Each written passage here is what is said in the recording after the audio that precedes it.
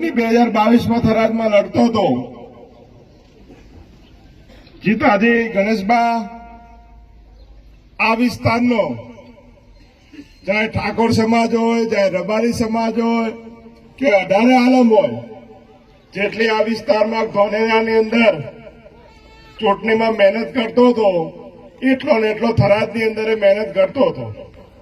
જો ત્યારે થોડુંક થરાદનું દુઃખ રહી ગયું હોય તો મારી બેન ગેનીબેનને 2024ની લોકસભાની ચૂંટણી જીતાડીને જે આપણે થરાદમાં નાનો મોટો ટેકો રહી જાય પૂરો કરવાનો સમય આ 2024ની ચૂંટણી.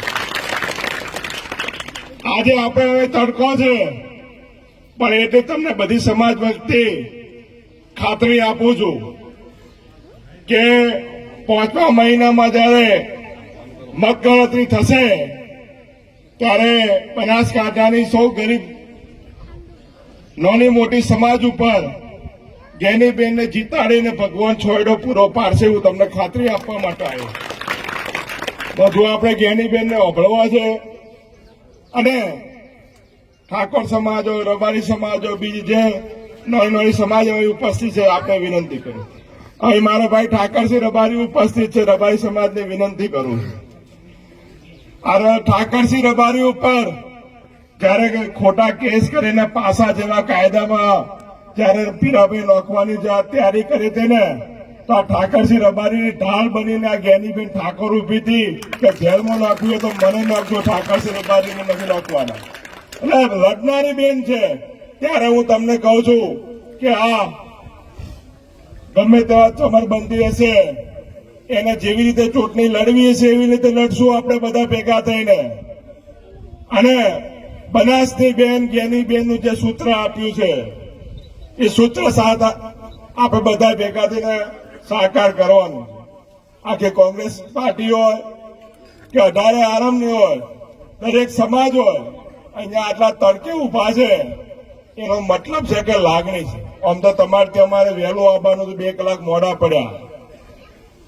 છેક નડાબેટથી ચાલુ કર્યું અને વા વિધાનસભામાંથી થરાદથી હોય આપણી વચ્ચે આવતા દરેક ગામડે લાગણી હતી, પ્રેમ હતો, સત્કાર હતો.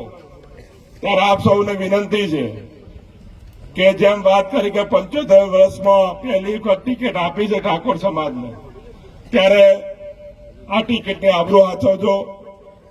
ગેનીબેનને માત્ર લાખણી તાલુકો નહીં પણ આજુબાજુ જો તમારા સગા સંબંધીઓ હોય એને વિનંતી કરજો. ચોક ભાયાળી હોય, ચોક સંબંધ હોય તો ભાયાળીના નામે આજુથી આ લોકોએ વોટ લીધો છે. પહેલી વખત આપણે મોકવાના છે કે ભાઈ અમારી બેન છે ને મદદ થાય એટલી કરજો. અને જે દિવસે ગેનીબેન ફોર્મ ભરે એમ ઢોલ નગારા સાથે ગામડે ગામડેથી ગાડીઓ લઈને બેનનું ફોર્મ ભરાવા આવજો. અને સાથે સાથે જે દિવસે મતદાન હોય તો કોઈ ઘરે બાકી ના રહી જાય એટલી જો ખાતરી રાખશો તો 2 લાખ કરતા વધુ વોટે ગેનીબેનને આપણે જીતાડશું.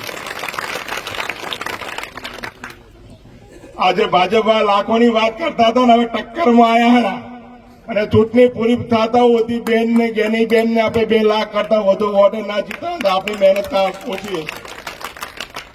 આજથી ચોય હાગા પર રહ્યો હમણાં મોનામનો હગાઈ હકનો વધો હોય પણ એ સાઈડમાં મેલ દો.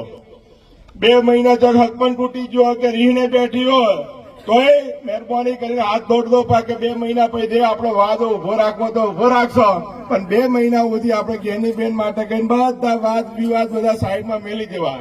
ચોક સરપંચમાં ઉભા રહ્યા છો, ચોક સભ્યમાં ઉભા રહ્યા છો, ચોક તાલુકા પંચાયત જિલ્લા પંચાયતમાં ઉભા રહ્યા છો, ચોક ડેરીનો હશે, સેવા સરકારી મંડળીનો કોઈક નાનો મોટો તમારો ગામનો પ્રશ્ન હોય એ ગેનીબેનમાં વસેલ આવતા નહીં. નકા અમને ખબર પડે વોટિંગ પૂરું થયા પછી ખબર પડે કે આ ધ્રોબાની કે ધુનસોની પંચાયતની ચૂંટણીનો બેન પર હાકું વાળ્યું એવું ના કરતા. 2 હાથ જોડીને વિનંતી બધાને કરું. બધાને હાથ જોડી નોના થાજો કે ભાઈ મહેરબાની કરજો. પહેલી અમારી ચૂંટણી છે ને 5 વર્ષે પરીક્ષા થાય છે અને 5 વર્ષમાં અમારી બેન જો અમે બધી સમાજની ધોળી તાળી પર બેઠી છે. અમે તમારી ખાતરી આલો તે વિશ્વાસ મેળવશો પૂરો થશે. એનું કારણ શું? અમે વાવની અંદર ઘણા બધા એવા બનાવો બન્યા પણ અમે સાહેબ જેની બેન દરેક સમાજની માત્ર ઠાકોર સમાજની પણ બીજી સમાજની ઢાળ બનીને ઉભી રહી છે ત્યારે અમને તમને કહેવા માટે આવ્યા. સૌને વિનંતી, પૂરું વોટિંગ કરાવજો અને ફોર્મ ભરાવા માટે આવજો. હવે જેની બેનને જ વિનંતી કરો, સ્વાગત બેન બોલી લે એના પછી રાખો એ વિનંતી કરો એટલે બેનને જે કેવું હોય મનથી ખુલીને કહી કે અને પછી તમે મનથી સ્વાગત કરી શકો એવું કરો બધા ભેગા થઈને.